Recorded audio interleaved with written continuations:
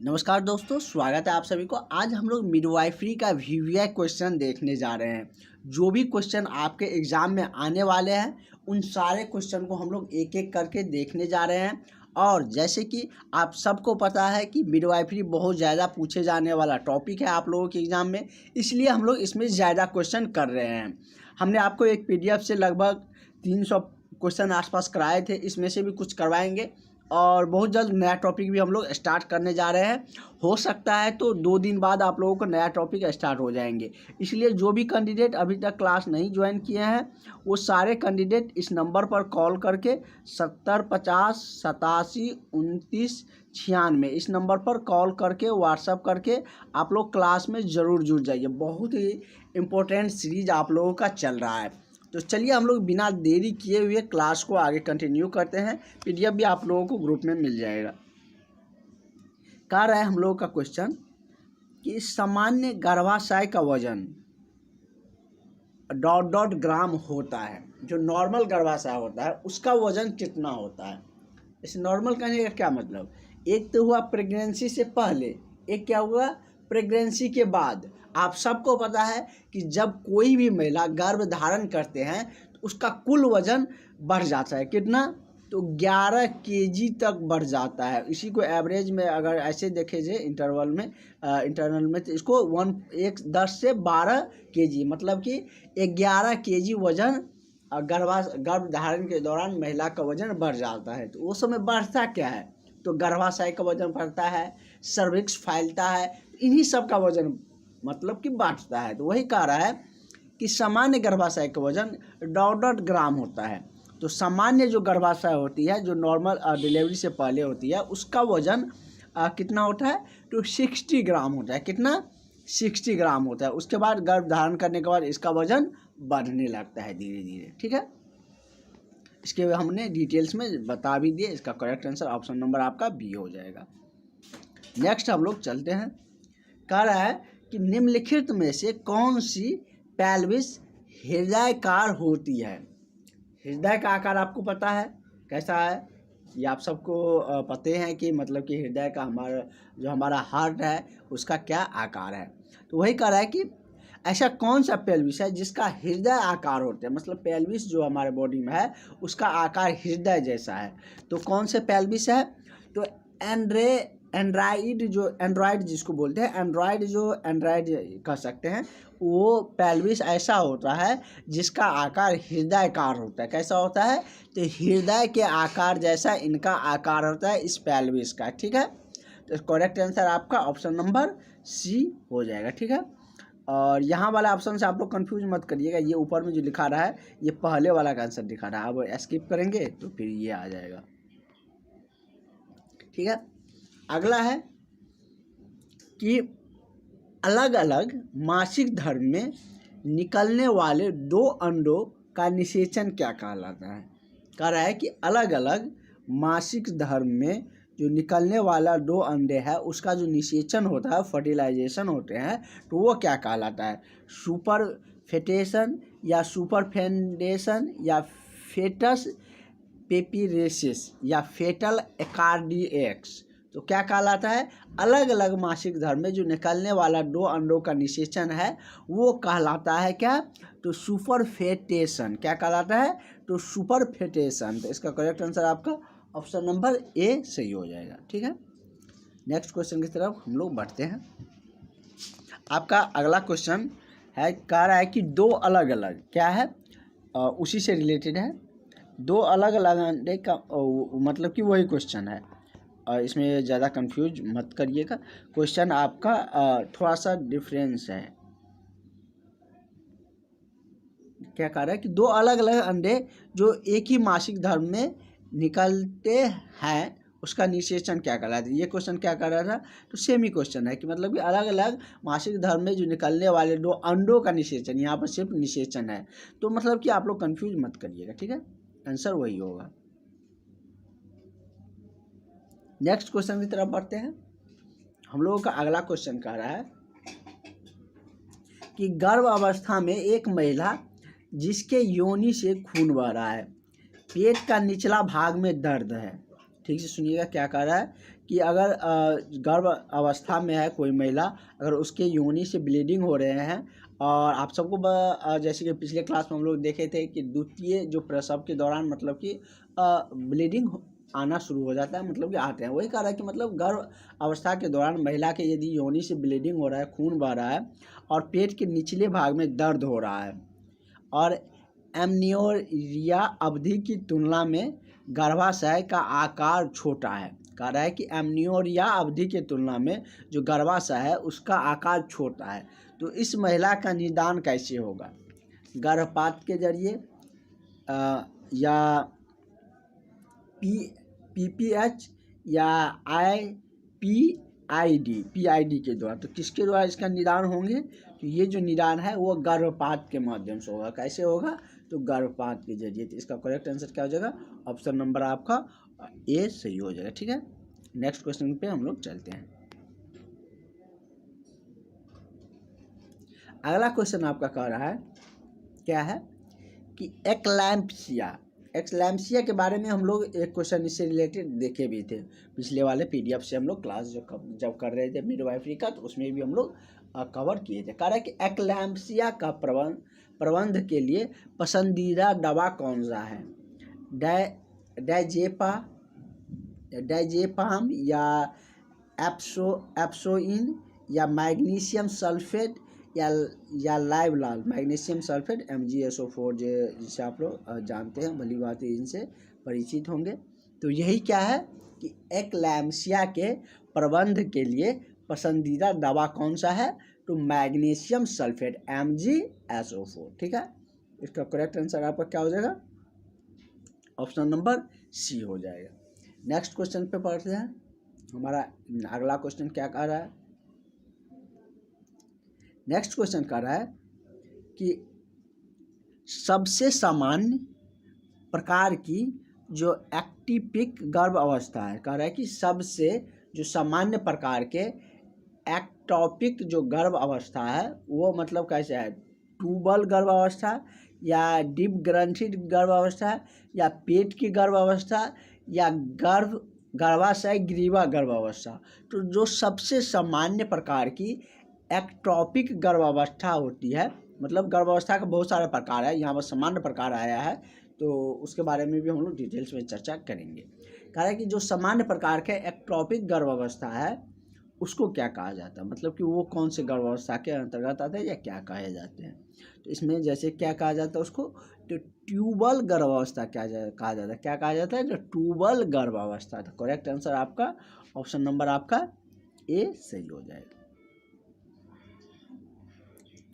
Next question आपका कह रहा है कि एक्टोपिक गर्भावस्था के लिए उत्तरदायित्व कारण क्या है? अभी हम लोग क्या देखें? तो अभी हम लोग देखें कि एक्टोपिक गर्भावस्था का सामान्य प्रकार कौन है। तो ट्यूबल गर्भावस्था देखें। अब उसी से रिलेटेड क्वेश्चन है, क्योंकि जहाँ एक पॉइंट है वहाँ से बहुत सारा क्वेश्चन फ्रेम किए जाते हैं, तो इसीलिए आपको एक जो भी पॉइंट है उससे जो भी क्वेश्चन फ्रेम किए जा सकते हैं आपके एग्जामिनर के द्वारा, वो सारे क्वेश्चन आपको एक साथ मिलेंगे ताकि आपको कन्फ्यूजन कम रहे। उससे रिलेटेड सारे क्वेश्चन आपको एक जगह रहेंगे, तो आप उसको अच्छे से रिलेट करके समझ के उसको याद रख सकते हैं। वही कह रहा है कि एक्टोपिक गर्भावस्था के लिए उत्तरदायित्व कारण क्या है? पीआईडी मतलब कि जैसे कि पी ऐसे भी लिखा रहेगा, पीआईडी या इंट्रायूटेराइन डिवाइस या ट्यूबल रेक्टोरेक्टिक सर्जरी या उपयुक्त सभी।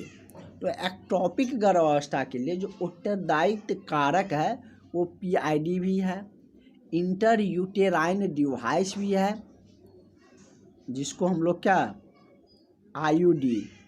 आईयूडी के बारे में हम लोग जाने थे ना, बहुत डिटेल्स में हमने आपको आईयूडी के बारे में बताए थे कि किस तरीके से आईयूडी का प्रवेशन किया जाता है गर्भाशय में, वजीना के माध्यम से प्रवेशन करवाया जाता है गर्भ अवस्था को रोकने के लिए।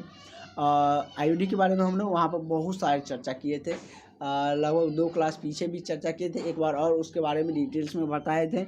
उसका थ्योरी वाला जो एक्सप्लेनेशन वाला नोट्स है वो भी हमने आप लोगों को दे रखे हैं, और आप लोग उसको अच्छे से समझ भी लिए होंगे जो भी क्लास ज्वाइन किया है। इसलिए आप सबको कहते हैं कि क्लास ज्वाइन करे रहिए, क्योंकि वहाँ पर सारा नोट्स, सारी आपको क्लासेज, सारा जो भी रिलेटेड होते हैं वो सारे कुछ मिले रहते हैं। अब आईयूडी के बारे में यहाँ पर तो पूरी डिटेल्स में बताएंगे नहीं, इसलिए आप लोग क्लास जुड़े रहिएगा तो वो सारा नोट्स, वो सारा थ्योरी वाला, एक्सप्लेनेशन वाला सारे नोट्स आपको मिल जाते हैं। तो वो भी हमने आपको दे दिए थे। तो एक्टॉपिक गर्भावस्था के लिए उत्तरदायित्व कारण है वो ये तीनों है। कौन कौन है? पीआईडी, आईयूडी जिसको इंट्रा यूटेराइन डिवाइस कहते हैं, ट्यूबल रेक्ट्रोक्टिक सर्जरी, ये तीनों क्या है? एक्टॉपिक गर्भावस्था के लिए उत्तरदायित्व कारक है, या मतलब कि एक्टॉपिक गर्भावस्था का फैक्टर है। तो करेक्ट आंसर आपका क्या हो जाएगा? ऑप्शन नंबर आपका डी हो जाएगा। नेक्स्ट क्वेश्चन पर चलते हैं। आपका नेक्स्ट क्वेश्चन कह रहा है कि बर्थ कनोल से गुजरते समय शिशु के सिर की आवृत्ति में परिवर्तन को क्या कहा जाता है?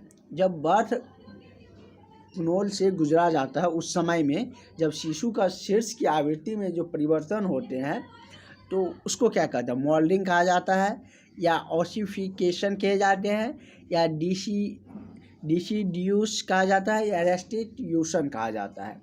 तो बर्थ कोनेल के जो समय गुजरते समय जो शिशु के सिर में आवृत्ति का में जो परिवर्तन देखने को मिलता है या परिवर्तन जो होते हैं उसको कहे जाते हैं क्या?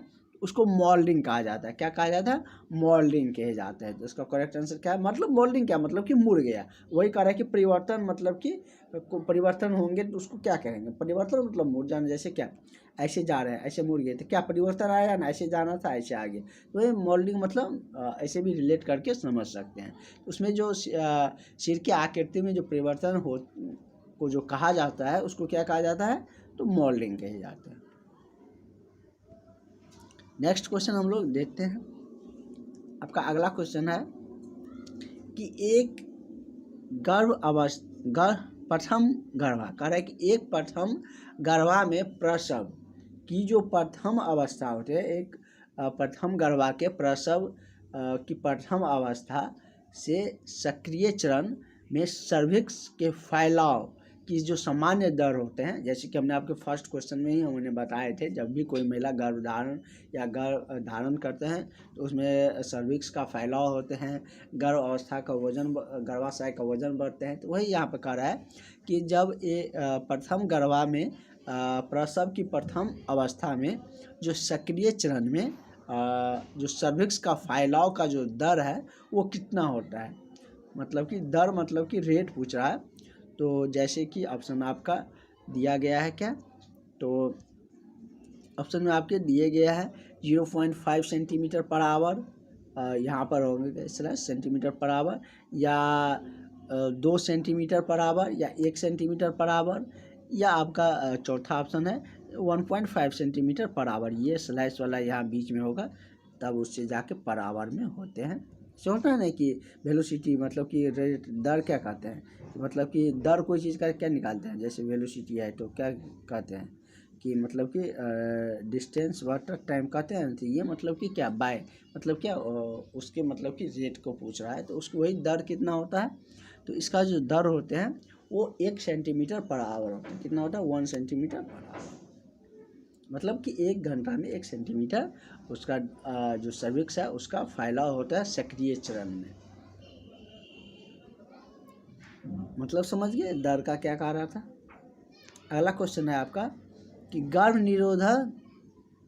निरोधन के लिए डायफ्राम का प्रयोग कर रही महिला को इसे संभोग के पश्चात कम से कम कितने समय तक अपने स्थान पर रखने का निर्देश देते हैं? 6 घंटे, 12 घंटे, 1 घंटे, या 28 घंटे। तो कितने समय के लिए उसको मतलब निर्देशित किए जाते हैं? तो 6 घंटे के लिए। कितने समय के लिए? तो 6 घंटे के लिए। इसका करेक्ट आंसर आपका ऑप्शन नंबर ए सही हो जाएगा। नेक्स्ट क्वेश्चन हम लोग देखते हैं। हम लोग का अगला क्वेश्चन कह रहा है कि एक गर्भवती महिला क्या है कि एक गर्भवती महिला के गर्भाशयी फंडस की चाय मतलब कि चाय यहाँ पर एक साथ रहेगा तो आपको मतलब कि गर्भाशय फंडस की यहाँ पे एक साथ लिख देते हैं, चाइनीव के स्तर पर गर्भ अवस्था की अवधि क्या होती है, यहाँ पर लिख दिए हैं। तो मतलब कि उसकी जो अवस्था होती है, मतलब गर्भ अवस्था की अवधि गर्भाशय फंडस के दौरान, जैसे इसमें ऑप्शन दिया है 10 से 12 सप्ताह के दौरान, या 14 से 16 सप्ताह, या 20 से 24 सप्ताह, या 30 से 32 सप्ताह। तो उसकी जो अवधि होती है वो कितने होते हैं, तो वो होता है 20 से 24 सप्ताह का। कितना, तो 20 से 24 सप्ताह। तो करेक्ट आंसर आपका ऑप्शन नंबर सी हो जाए। नेक्स्ट क्वेश्चन कर रहा है कि भ्रूणीय विकास के दौरान दो विरीशन कोश में उतरना कब तक हो जाता है, मतलब कि भ्रूणीय विकास जब होता है तो वो दोनों विरीशन कोश में कब आ जाता है या कब उतर जाते हैं, 20 सप्ताह में, या 28 सप्ताह, 32 सप्ताह, या 40वें सप्ताह में। तो ये कब विरीशन कोश में उतरते हैं, तो ये आपका 40वें सप्ताह में उतरते हैं। कब, तो 40वें सप्ताह में। तो ये 40वां सप्ताह कितना हो गया, अगर महीना के टर्म में आपको पूछेगा तो कितना हो गया, 5 से 6 महीना हुआ, 7 मतलब कि 5 महीना में कितना हुआ, 5 महीना में आपको हो गया आपका लगभग 10 महीना होंगे। 40 कितना हो जाता है, एक महीना में मतलब कितना 4 सप्ताह होते हैं, तो 40 सप्ताह है, तो मतलब कि क्या 10 महीना के लगभग। अगला क्वेश्चन आपका कह रहा है कि एक गर्भवती महिला की देखभाल कर रही, मतलब कि कर रही, एक साथ मतलब बीच में हट गया, इससे आप लोग कंफ्यूज मत करिएगा। एक गर्भवती महिला की देखभाल कर रही नर्स को पूछा जाता है कि स्तनपान कब करना है, उचित जवाब क्या है। मतलब जब आप लोग वर्क पे जाइएगा जॉब करने के बाद, तो वहाँ पर गर्भवती महिला सब आएंगे, उसके देखभाल आप ही लोग के निरीक्षण में होंगे। तो उसको मतलब कब आप लोग सलाह दीजिएगा स्तनपान कराने का, तो कितने मतलब जैसे प्रसव हुआ है तो प्रसव के कितने समय बाद स्तनपान कराना उपयुक्त होते हैं, कब तक करवाना चाहिए, ये सब के बारे में भी हम लोग चर्चा कर चुके हैं। एक बार फिर से यहाँ पर बता देते हैं। तो प्रसव, तो स्तनपान के लिए जो सजेशन आप लोग दीजिएगा, जो उचित समय जो निर्धारित किया गया है वो कितना है, प्रसव के यथाशीघ्र, मतलब कि जितनी जल्दी हो सके, या मतलब कि जितना जल्दी ऐसे नहीं, क्योंकि प्रसव के कुछ समय तो मदर्स को थोड़ा होश आने में और भी समय लगते हैं, थोड़ा रिकवरी करने में। उसके तत्पश्चात जितनी जल्दी हो सके प्रसव के यथाशीघ्र स्तनपान कराना मतलब कि बच्चों को ज़रूरी रहते हैं। तो इसका करेक्ट आंसर आपका ऑप्शन नंबर क्या हो जाएगा, ए सही हो जाएगा। उसके बाद है डोपलर साहब ने हृदय के जो गति दर से मापने के लिए और भी बहुत सारा चीज़ें श्वास के इक्विपमेंट के लेकर अपना नियम भी बहुत सारे दिए थे। तो इसके बारे में हमने डॉपलर्स के नियम भी देखे थे। यहाँ पर क्या कह रहा है, यहाँ का क्वेश्चन कह रहा है कि डॉपलर द्वारा गर्भस्थ शिशु के हृदय की प्रथम ध्वनि कब सुनाई देना शुरू हो जाता है। और ये BTSC के पूछा हुआ क्वेश्चन है, वहाँ पर पूछा हुआ था, ये नहीं पूछा था, यहाँ से नहीं था, यहाँ से था कि गर्भस्थ शिशु का हृदय दर पर की जो प्रथम ध्वनि है वो कब से सुनाई देना शुरू हो जाता है।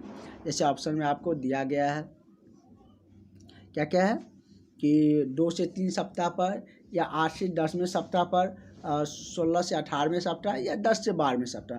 तो ये जो हृदय गति दर है शिशु का गर्भस्थ से, वो कब से सुनाई देना शुरू हो जाता है, तो 8 से 10 सप्ताह। कब, तो 8 से 10 सप्ताह के दौरान ये सुनाई देना शुरू हो जाता है। और ये किसके अनुसार बताया गया था, तो डॉपलर साहब के द्वारा ये दिए गए थे। तो इसके बाद है नेक्स्ट क्वेश्चन हम लोगों का, कह रहे कि गर्भ अवस्था में लगभग कुल कितनी रक्त की मात्रा बढ़ जाती है। गर्भस्थ अवस्था में कुल कितनी रक्त की मात्रा बढ़ जाती है। यहाँ पे ml होगा, इसमें फीट लिखा गया है, इसको कट कर दीजिएगा। ml मिलीलीटर जो होते हैं, वही कह रहा है कि कितने ml मतलब कि कितने रक्त की बढ़ोतरी होती है। तो कितना होता है, तो 150 ml का, कितना ml का, 150 ml का। लीटर में यदि हम बात करें तो 1 पॉइंट कितना हो जाएगा, 5 हो जाएगा। ठीक है। तो मतलब कि 150 ml की गर्भ अवस्था में लगभग कुल जो रक्त की मात्रा है वो बढ़ती है कितना, तो 1500 ml, 150 ने 1500 ml। इसका करेक्ट आंसर आपका ऑप्शन नंबर सी हो जाएगा, ठीक है। नेक्स्ट क्वेश्चन हम लोग का रहा है कि निषेचन में क्या कह रहा है कि निषेचन में लगभग पिछले दिनों की मूर्तियाँ या आरोप प्रत्यारोपित होती है, वो मतलब कि निषेचन के पिछले जो दिनों में जो प्रत्यारोपण होती है वो कब होती है, मतलब कि कितने दिनों के अंतराल पे, 12 से 16, 14 से 18 या 20 से 28 या 2 से 4 दिन। तो ये कितने दिन में होते हैं, तो 12 से 16 दिन के अंतराल पे ये मतलब कि पिछला जो निषेचन है तो उसमें प्रत्यारोपित होते हैं। इसका करेक्ट आंसर आपका ऑप्शन नंबर ए हो जाएगा। तो आगे की जो क्लासेज है वो हम लोग कंटिन्यू रखेंगे नेक्स्ट क्लास से। तो फिलहाल आज के लिए इतना।